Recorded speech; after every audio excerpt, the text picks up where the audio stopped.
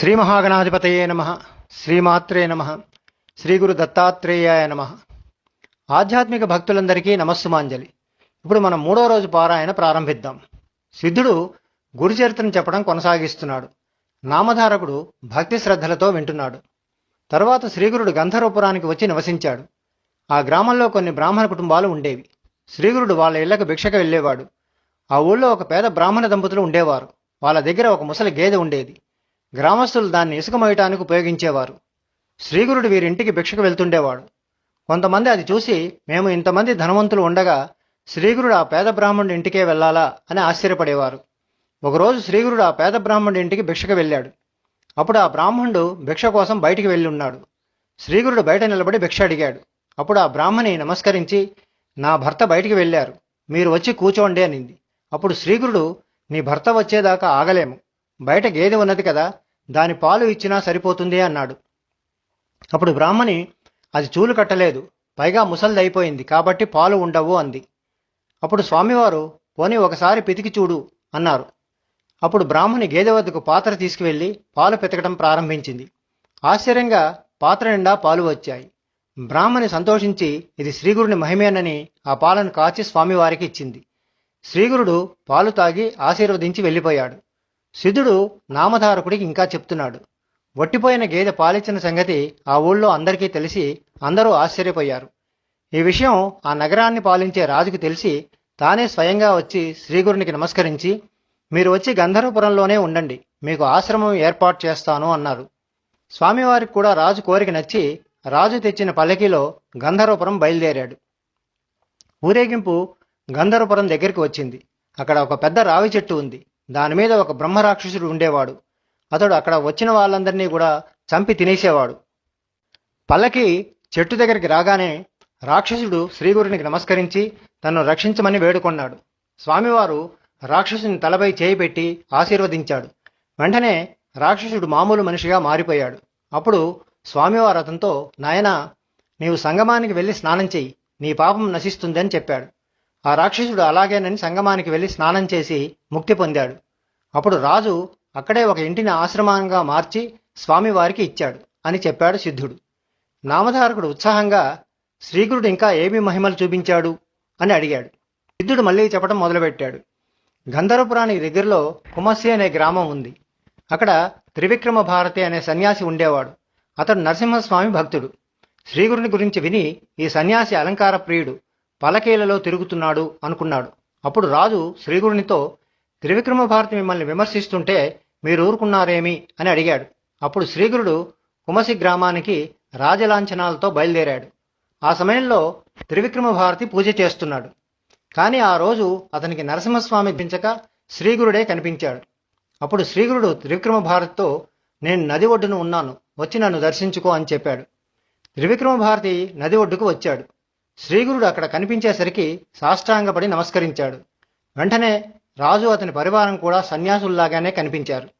అప్పుడు త్రివిక్రమ భారతి శ్రీగురుని ప్రార్థించి నిజరూపాలను చూపించమని వేడుకొన్నాడు. శ్రీగురుడు త్రివిక్రమ భారతి కోరినట్లుగా దర్శనం ఇచ్చాడు. త్రివిక్రమ భారతి తన తప్పును మన్నించమని శ్రీగురుని కోరాడు. అప్పటి నుంచి త్రివిక్రమ భారతి శ్రీగురునికి మంచి శిష్యుడిగా మారాడు. నామధారకుడు ఇంకొంచెం ఉత్సాహంతో సిద్ధుడిని మరికొన్ని విశేషాలు చెప్పమని అడిగాడు. అప్పుడు సిద్ధుడు చెప్తున్నాడు. ఒకప్పుడు వైఢూర్య నగరంలో ఒక ముసల్మాను రాజుగా ఉండేవాడు. అతడు హిందువులను ద్వేషించేవాడు. అతని రాజ్యంలో గల వేద పండితులను పిలిపించుకొని వేదాలకు అర్థాలు చెప్పమని బలవంతం చేసేవాడు. వాళ్ళల్లో కొందరు రాజుకు భయపడి వేదాలకు అర్థాలు చెప్పేవారు. ఆ అర్థాలు పట్టుకుని హిందువులను విమర్శించేవాడు ఆ రాజు. ఇలా ఉండగా ఉత్తరాది నుంచి 2 వేద పండితులు వచ్చి, మేము వేదాలను పూర్తిగా అధ్యయనం చేశాం, మీ రాజ్యంలో మమ్మల్ని ఎవరైనా ఓడిస్తారా అని అడిగారు. అప్పుడు ముసల్మాన్ రాజుకి చాలా సంతోషం వేసింది. ఇదే అదననుకుని తన రాజ్యంలోని వేద పండితులను, ఆ 2 పండితులను ఓడించండి, లేకపోతే మిమ్మల్ని శిక్షిస్తాను అని భయపెట్టాడు. కొంతమంది వాదించి ఓడిపోయారు. రాజుకి చాలా సంతోషం వేసింది. వేద పండితులు ఒకరిలో ఒకరు పోటీ పడటం రాజుకు వేడుకగా మారింది. ఇక ఉత్తరాది పండితులు గర్వాంధులై, రాజా, మేము మీ రాజ్యంలో తిరిగి అందరినీ ఓడించి విజయపత్రాలను తెస్తాము అన్నారు. రాజు సరేనని వాళ్ళ ప్రయాణానికి ఏర్పాట్లు చేశాడు. ఆ 2 పండితులు ఏనుగులనెక్కి ప్రతి ఊరు తిరిగి విజయపత్రాలను పొందసాగారు. వాళ్ళు ఒకసారి త్రివిక్రమ భారతి ఉన్న కుమసి గ్రామానికి వచ్చారు. అతడు వేదవిధుడు అని తెలిసి త్రివిక్రమ భారతిని వాదానికి రమ్మని పిలిచారు. అప్పుడు త్రివిక్రమ భారతి, అయ్యా, నాకు వేదం పూర్తిగా రాదు, మీరు నన్ను ఓడించినా పెద్ద ప్రయోజనం ఉండదు అన్నాడు. అప్పుడు ఆ గర్వాంధులైనటువంటి పండితులు, నువ్వు మాతో వాదించు, లేకపోతే ఓడిపోయినట్లు ఒప్పుకొని మాకు విజయపత్రాలను ఇవ్వు అని చెప్పారు. అప్పుడు త్రివిక్రమ భారతి వీరికి తగిన బుద్ధి చెప్పాలి అనుకుని, అయ్యా, గంధర్వపురంలో మా గురుదేవులు ఉన్నారు, వారి అనుమతి తీసుకుని మీరు చెప్పినట్లే చేస్తాను అని వారికి చెప్పాడు. అప్పుడు వారంతా కలిసి గంధర్వపురం బయలుదేరారు. త్రివిక్రమ భారతి కాలినడకన వస్తుంటే ఆ పండితులు మాత్రం ఏనుగుల మీద వచ్చారు. సాధువుల దగ్గరికి అలా వెళ్తే ఆయుక్షీణం అవుతుంది. త్రివిక్రమ భారతి శ్రీగురునికి నమస్కరించి ఆ పండితుల గురించి చెప్పాడు. వీరి నుండి నన్ను, వేద సంస్కృతిని కాపాడమని స్వామివారిని వేడుకున్నాడు. అప్పుడు ఆ పండితులు శ్రీగురునితో, మీ ఇద్దరిలో ఎవరో ఒకరు మాతో వాదించండి, లేదా విజయపత్రాలు ఇవ్వండి అని అడిగారు. అప్పుడు నరసింహ సరస్వతి వారితో, అయ్యా, మీ వంటి వారికి సన్యాసులతో వాదన సరికాదు, మమ్మల్ని ఓడించినా మీకు పెద్ద గౌరవం దక్కదు, అందువల్ల ఈ వృధా ప్రయత్నం మానుకోండి అని సలహా ఇచ్చారు. అయినప్పటికీ ఆ గర్వాంధులైన పండితులు శ్రీగురునితో, మేము వేదాలను పూర్తిగా నేర్చుకున్నాము, కాబట్టి మాతో వాదించండి అని పట్టుబట్టారు. అప్పుడు శ్రీగురుడు, అయ్యా, వేదాలను పూర్తిగా నేర్చుకోవటం అసాధ్యం. పూర్వం భరద్వాజుడు అనే ఋషి వేదాలను పూర్తిగా అధ్యయనం చేద్దామని బ్రహ్మదేవుని వరంతో 3 సార్లు దీర్ఘాయు వరం పొందాడు. అయినా చాలక బ్రహ్మ దగ్గరికి వెళ్తే నీకు వేదరాశులను చూపుతాను అని భరద్వాజ మహర్షికి అనంతమైన వేదరాశులను చూపాడు. భరద్వాజ మహర్షి భయపడి నాకు అవసరమైనది మాత్రమే ఇవ్వమని బ్రహ్మను ప్రార్థించాడు. వేదాలను చదవటం ఏ ఒక్కడికి వీలుపడదు. అందుకనే వ్యాసుడు దాన్ని 4 భాగాలుగా చేసి ఋగ్వేదాన్ని పైలుడనే శిష్యుడికి, వైశంపాయనుడికి యజుర్వేదం, జైమినికి సామవేదం, సుమంతునికి అధర్వణ వేదం చెప్పాడు అని ఎన్నో విధాలుగా ఆ పండితులను సమాధానపరచాలని శ్రీగురుడు చూశాడు. కానీ వాళ్ళు వినలేదు. అప్పుడు స్వామివారు అటుగా పోతున్న ఒకరిని పిలిచి, నీవెవరు అని అడిగాడు. అయా, నా పేరు మాతంగుడు, ఇన్నాళ్లకు మీకు నాపై దయగలిగింది అన్నాడు. అప్పుడు స్వామివారు తన దండాన్ని వాడికి ఇచ్చి అతన్ని ఆశీర్వదించి అతనిపై విభూతి చల్లి నేలపై 7 గీతలు గీయమన్నారు. తరువాత ఒక్కో గీత దాటమన్నారు. మాతంగుడు అలాగే చేశాడు. మొదటి గీత దాటగానే శ్రీగురుడు నువ్వెవరు అని అడగ్గా, నేను భిల్లుడను అని ఆ వ్యక్తి చెప్పాడు. అలాగా స్వామివారు అతని 7 జన్మల పేర్లు చెప్పించి చివరి గీత దాటగానే నీవెవరు అని అడిగాడు. అప్పుడు మాతంగుడు, నేను వేదవిధుడైనటువంటి బ్రాహ్మణుణ్ణి అని చెప్పారు. అప్పుడు శ్రీగురుడు, నీవు వేదవిధుడైనట్లయితే ఆ పండితులతో వాదించమని చెప్తారు. ఈ దృశ్యాన్ని చూసిన గర్వాంధులైనటువంటి ఆ పండితులు శ్రీగురుని కాళ్ళ మీద పడి శరణు కోరుతారు. అప్పుడు స్వామివారు, మీరు బ్రాహ్మణ దూషణ చేశారు, మీరు నేర్చుకున్న వేద విద్యను అవమానించారు, కాబట్టి మీరు బ్రహ్మరాక్షసులు అవుతారు అని చెప్పాడు. అప్పుడు ఆ పండితులు పశ్చాత్తాపంతో శ్రీగురుని ప్రార్థించగా స్వామివారు కరుణించి, మీరు 12 సంవత్సరాలు బ్రహ్మరాక్షసులుగా ఉన్న తర్వాత ఒక బ్రాహ్మణుడు వేదంలోని నారాయణానువాకం చదవగా విని పాపం నశించి మోక్షం పొందుతారు అని చెప్తాడు. ఆ పండితులు వెంటనే మరణిస్తారు. శ్రీగురుడు చెప్పినట్లుగానే ఒక బ్రాహ్మణుడు నారాయణానువాకం చదువుతుండగా విని మోక్షం పొందుతారు. అప్పుడు 7 జన్మల కింద తను బ్రాహ్మణుడు అన్న విషయం తెలుసుకున్న మాతంగుడు, స్వామి, నేను అంత ఉత్తమమైన జన్మ నుంచి ఈ జన్మకు ఎలా వచ్చాను అని స్వామివారిని అడుగుతాడు. అప్పుడు శ్రీగురుడు అతనితో ఏ ఏ పాపాల వల్ల నీచ జన్మ వస్తుందో వివరంగా చెప్తాడు. తల్లిదండ్రులను, గురువులను, సత్యాన్ని, అహింసని విడిచేవారు, అతిథులను సేవించని వారు, భగవంతునికి నివేదించకుండా ఆహారాన్ని తినేవారు, నమ్మక ద్రోహం చేసిన వారు, ఇలా పాపాలు చేసేవారు నీచ జన్మలలో పుడతారు అని శ్రీగురుడు చెప్పారు. అప్పుడు నామధారకునికి ఒక సందేహం వస్తుంది. పాపాలు చేసిన కర్మ ఒకసారి యమలోకంలో అనుభవించిన తర్వాత మళ్ళీ నీచ జన్మలో కూడా అనుభవించాలా అని అడుగుతాడు. అప్పుడు సిద్ధుడు, మరణావధి శరీరం ఒక పరిమితి వరకే కష్టసుఖాలను అనుభవిస్తుంది, మిగతా కర్మను యమలోకంలో యాతనా శరీరంతో జీవి అనుభవిస్తాడు, భౌతిక శరీరంతో అనుభవించవలసిన వాటిని మళ్లీ జన్మలెత్తుతూ అనుభవిస్తాడు అని చెప్తాడు. ఇక్కడ సిద్ధుడు ఏ ఏ పాపాల వల్ల ఏ జన్మలొస్తాయో వివరిస్తున్నాడు.